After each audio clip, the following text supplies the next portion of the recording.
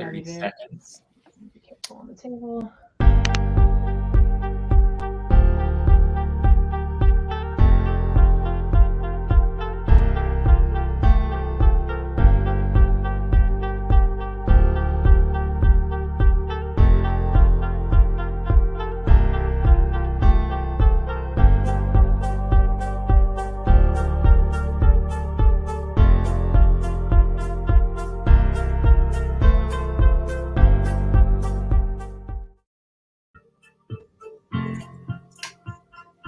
Hello, everybody. I think Amanda's tuned out for just a second. Maybe she has to reload. Hello, everybody. I think Amanda's tuned. There you are. Second, maybe she has to reload. Everybody. Today we are here to talk about Darkwing Duck. Obviously, today we have our very special buddy, Amanda Deibert. Am I saying here to talk about Darkwing Duck? Obviously, today we have our very anybody else hearing an echo or just me? Yes, it's like I think it's me. Hold on. Darkwing Duck. Obviously, today test 1, 2, 3. Oh, that's much better. Oh. Glad we worked on it. But yes, hello one and all. Today we are here to talk Darkwing Duck. Number 3 is now in stores. It came out yesterday, and we are here today with the lovely Amanda Deibert. So, Amanda, how are you today? Hi, I'm great. How are you? I'm doing pretty good. Again, I'm excited to be here. It's my very first interview, so I really can't wait to see how this goes and to get to know more about you, more about the process of making comics. So I guess let's just get started. Sounds great. And I'm sure I guess it's a nice start off question, and I'm sure you've answered this before, but oh my gosh, I'm already flubbing. But I guess what's the best part about writing a character like Darkwing Duck? What's the pull? The best part for me is always the comedy, the humor of it. Getting to lean into like the fun and the funniness, and also I really I write comics for all age levels, but it's fun for me when I get to write stuff that I can also like share with my kid, and it's something that falls into that wheelhouse as well. So it's just a great time. I also read that you've done so many titles with Wonder Woman, Rocket and Groot, and you're working on a John Carpenter project, correct? Yes, I've been doing John Carpenter's Tales for Halloween Night for the past 9 years. So that's a book that we do every kind of Halloween season, and it's a bunch of one-off horror tales. And my wife, Kat Staggs, who's an illustrator, she and I always team up for those, and we do a horror story every year for that. And then right now we're doing, details have not been announced yet, but we're doing a new horror series with Storm King Comics as well, which is that same horror company that'll be a horror story that'll come out later this year. That is super exciting. Is horror your favorite genre, more specifically, or does it really matter? Does it matter if it's like older audience or younger audience? It's so hard for me to pick because there's stuff that I enjoy about all the different genres that I work in. I mean, horror is really fun. Horror is a good time to write, and I really love doing it. But like I said, like I also love doing like the kids' books, and it's been fun to write like Star Wars and Wonder Woman and Darkwing Duck. So it's hard to pick a favorite, and I feel very fortunate that I have been allowed to play in so many different genres, and I hope to keep doing that. That is super, super cool.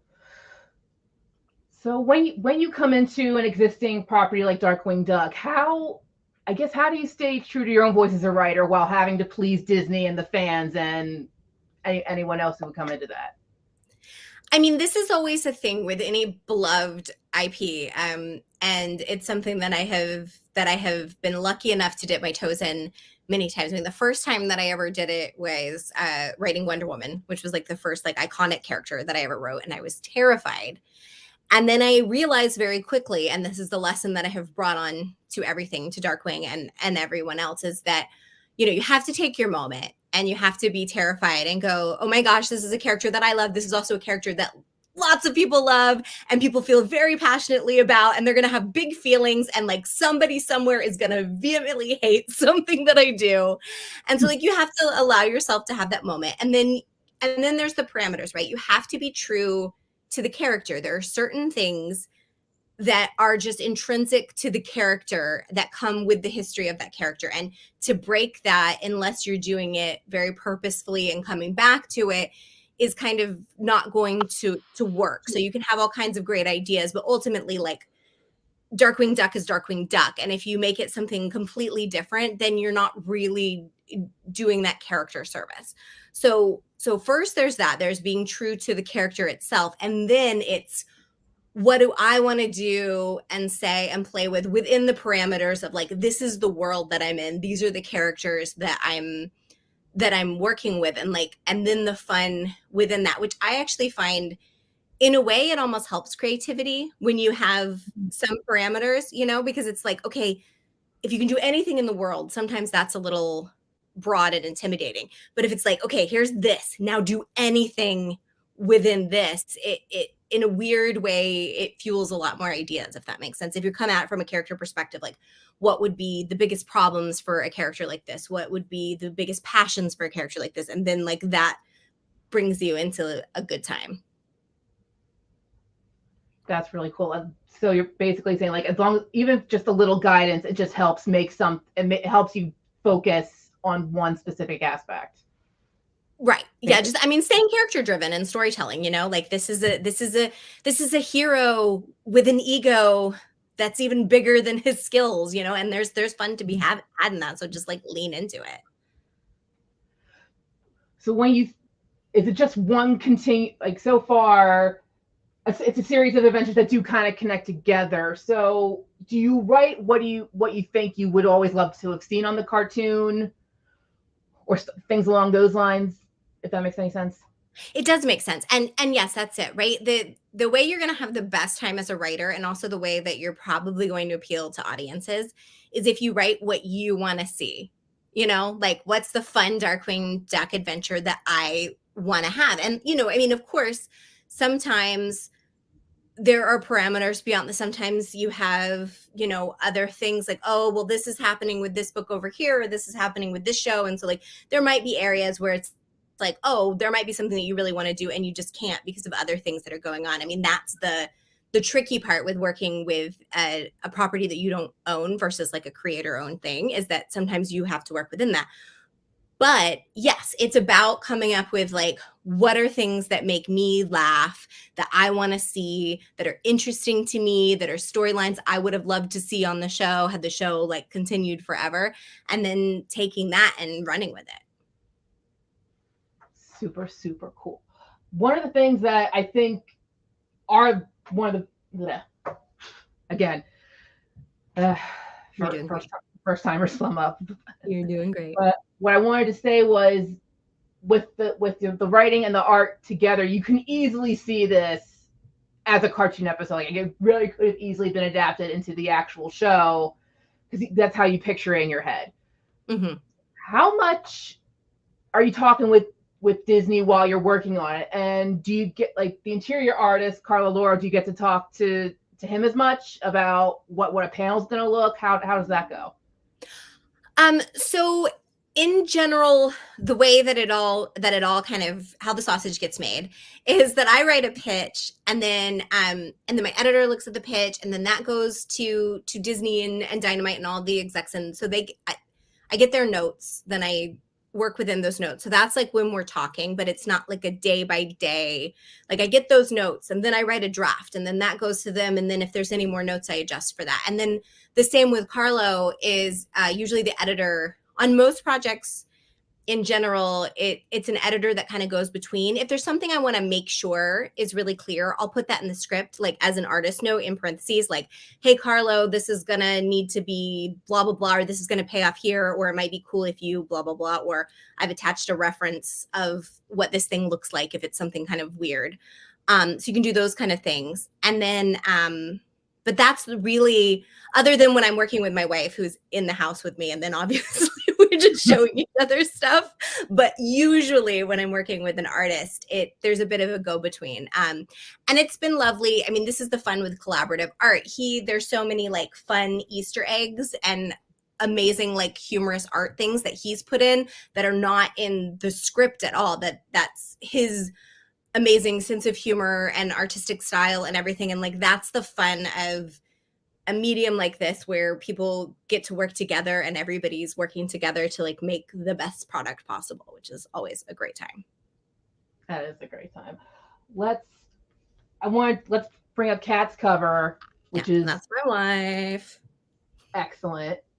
Like, do you get like any cover she works on? Do you get the sneak peek right ahead, like you right away? Absolutely, yeah. I get from the concept sketch where she's like, I'm thinking about doing this, and so like that's fun because there's so many variant covers on this particular run, and a lot of them I don't see until they're announced because there's just so many. Sometimes I see like a few of them beforehand, but with Kat's, obviously she's done one for every issue, and I get to see those in like every stage from idea to finish, and that's kind of fun. That's so cool. I'll make like some of the other ones here, Lyrically, which is one of my favorites because it's so funny to me. But we also have George Cambandias. Carlo does his own covers. So you don't hear from anybody else. You just see what comes out of social media. I see what comes out later. Occasionally, I'll get some sort of email with a sneak peek of one or something. But in general, I kind of see them when everybody else does, which is fun. And then I get, I get a few that get sent to me as comps, and then I often go to my local comic book store and try to grab other variant covers that I might not have. I do not have all of them because there are so many variants that I actually don't have the full collection myself, but they're amazing. Besides Cats, is there one in particular that, like, even right here, that you would gravitate towards? I mean, I am loving for issue 3 in particular, this one which you were holding up earlier really captures kind of the vibe of the issue, which is that, a little bit of spoilers, he has gone into his Drake Mallard life and left the kind of Darkwing behind and is grappling with that. And then I'm just loving the toy line of covers which are just phenomenal in general. Every single one of those has been amazing, but it's so hard. Like, I can't pick a favorite other than like I'm gonna be biased towards my wife, but it's impossible to pick a favorite. They're all so good, and it's amazing to me. I mean, this is the beauty of artists and the way their mind work, how all these different people can be given the same story or concept or synopsis and come at it in a completely different way, and they all tell this story. They all are compelling covers. They're all really cool. It's just so much fun. Awesome. Another thing I was curious about, when, like, obviously you said in other past interviews, like, you're a fan of Darkwing Duck, you grew up watching it. Is it always the best? Is it always as best when someone who is a fan of the material who comes in, or is it better to have like someone very fresh come in who maybe not as familiar with the show, but it does have fresh perspective of what to bring in to the world? What do you think? Is it nice to have a balance, or just stick with? I think it could work well either way, honestly, because I think that, anytime you're coming into a property, I mean, you're going to have to do your research. You're going to have to learn about the world and then bring your take to it. So, and I think sometimes, the downside of knowing too much so much about something is that sometimes that can cause you to get a little bogged down in the minutia. So you have to watch that, versus if you're coming into it fresh, then there might be things that you're missing that would be a potential to do something even cooler with an idea, but you don't know some part of the backstory, the mythos, whatever, the world that would allow you. So, there's pros and cons to both. And I don't know that there's, I think it works either way. And it's just really about like what the writer is bringing to the table and the interesting story that they want to tell. And that's kind of really how it works. And the reason I ask that is because we see it a lot of, like, with comic book movies nowadays, like someone who might not be as familiar with the material, but is a great director. They're coming in, they're putting their own view on it, and then that can cause this big debate among fans. Like, oh, is this the right person for the job? Maybe, maybe not. So, like you said, it's I guess it depends. It really does. And you're never, ever, ever, no matter what, going to please everybody. I mean, that's just the truth of it. So you have to do like, this is the story I want to tell. And then it works or it doesn't. And that's for the fans, the viewers, the readers to decide, and as it should be. All right. How about some time ago, some fans sent in some questions for you that I think they'll be fun to answer. Let's see. So this is from Nostalgic. I hope I'm saying these names right. I guess it's similar to what we had earlier, because he asked, what's your process when writing the comics? You mimic the old formula so well. I can hear it vividly in my mind when I read it. It's like an actual episode. So the first thing I did before even coming up with like a pitch for the arc or anything was rewatching the series to get my brain in the headspace of the world, remind myself of all the characters, what they sound like. And the fun thing is I have an 8-year-old daughter, so this was a fun thing that we could do together. Because I was like, her idea of what work is really kind of skewed, because I'm like, here, come help mommy watch some cartoons while mama is over there drawing pictures. And like, this is what we do for work. And she's like, okay, sure, I'll come watch cartoons with you. And so then it's me like with a notebook, watching things, kind of jotting down things that I want to think about or remember, or that spark some sort of idea. Like, oh, this is a fun, interesting thing to work on. And so that was the first thing that I did before, it's just like anything else, research first, and then coming up with the pitch.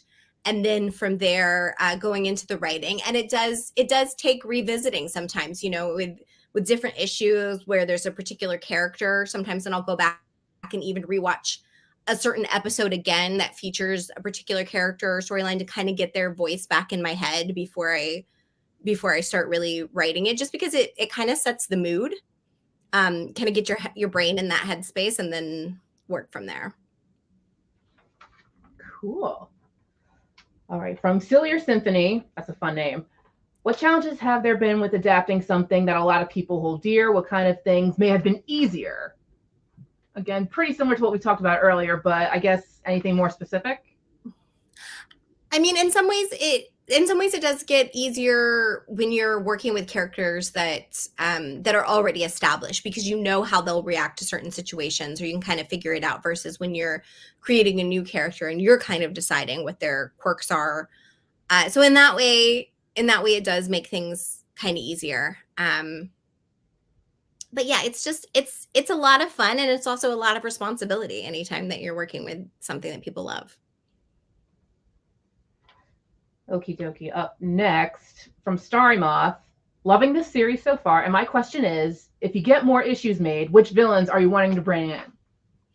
I don't want to be too spoilery. I mean, I'd love to bring in a lot of villains. There's some more still coming. And I have, hopefully, if I get to like keep doing this for a while, I even have some ideas for some new ones that I would like to bring into play. But I'm not gonna name anybody particularly, because I don't want to give any spoilers. Okay, I gotcha. I guess the next question was pretty similar. Any villain interactions you would like to write about? But you just said some things you gotta keep secret. So. Exactly. Which universe would you like to see Darkwing Duck have a comic or show or movie crossover with? This is from I Am the Joe Diaz. Well, if we lived in a world where we didn't have to worry about like companies and ownership and IP and crossovers, like, so it could be anything. Because obviously, like, it lends itself super well with the DuckTales crossover. That's the like similar world. But I think that I would love to see something like, if anything goes, like a Scooby-Doo crossover where like Darkwing has to team up with like the Scooby Gang. And that'd be really silly. I think that would be super fun. But will never happen for many reasons.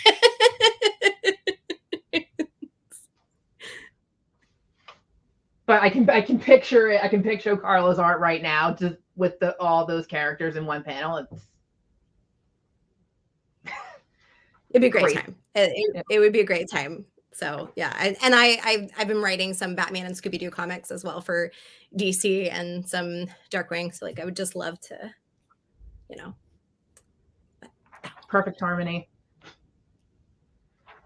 Excellent answer. Next one from Speaker Barriott. Hope I'm saying that right. If the series gets renewed for more comics, would there be a possibility to explore the Negiverse again, which we only got one episode of in the show? I would personally love to go deep into the Negiverse. Right now, it's not going to happen anytime soon. But if it continues to go, then that is something that I would very much love to do. And I have some really fun ideas. So fingers crossed that at some point I'll get to go into the Negiverse. Negiverse, let's go. From King of Toons, how many times did you have to watch the show to get the right feel to write in the comic? Well, I rewatched the whole thing through once, and then there are particular episodes that I've watched many, many times as I'm like going back to something, referencing, wait, what was this particular like villain's voice, catchphrase, powers, whatever, like, so sometimes like to reference a particular thing, I'll go back and rewatch either like clips or a whole episode multiple times. So I don't know, anywhere between 1 time and 10 times, depending on the episode. That's just how good the show is when you can watch a particular episode just over and over and over. Mm-hmm. All right, the last question that's here from Aranza HDZB, however you say that. Is this comic the same universe as DuckTales 2017? Since we saw Mayor Owlson in one of the, I guess maybe it was a promo issue, maybe it was from the first. It's in the first issue. I mean, well, she's in multiple issues, but she was definitely in the first issue. Yes, it's in the same universe. My focus is still very much on like the Darkwing Saint Canard. So I'm not as worried about necessarily lining everything up with DuckTales, but it is, yes, it is the same universe, and there is some crossover there. I just thought of this. What did you think of how they rebooted the character in the newer DuckTales? How do you think? Oh, I think it was great. I mean, the new DuckTales is so fun and so great, and yeah, I have nothing but love for that. And seeing how well they did it, like, it does make me kind of wish, like, oh, maybe they could bring Darkwing Duck back. But if it is that universe, that will be cool to follow, and they can, because just like with the original DuckTales, like both versions of the show, I think stand on their own pretty good. Yes, I agree. So I think it could work the same with Darkwing. I agree. Yeah. Not sure how many are watching right now, but if anyone wanted to squeeze in a last minute question for Amanda, now's the time to do it. But I think the only question I have left is, this might be very tricky, but who has the better theme song, DuckTales or Darkwing?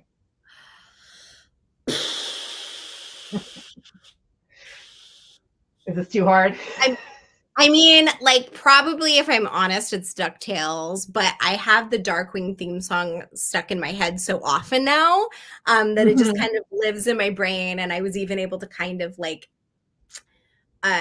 sort of work it into one of the issues. And so, but I do think it's DuckTales. Just, don't tell Darkwing I said that.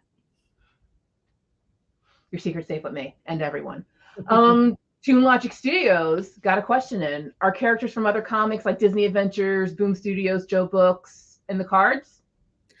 In the cards for Darkwing itself, it gets really complicated when you bring in characters from other things. So I don't know that I would be able to. And I mean, if you're just saying like, am I gonna write other characters from other things? Then like, yes, definitely.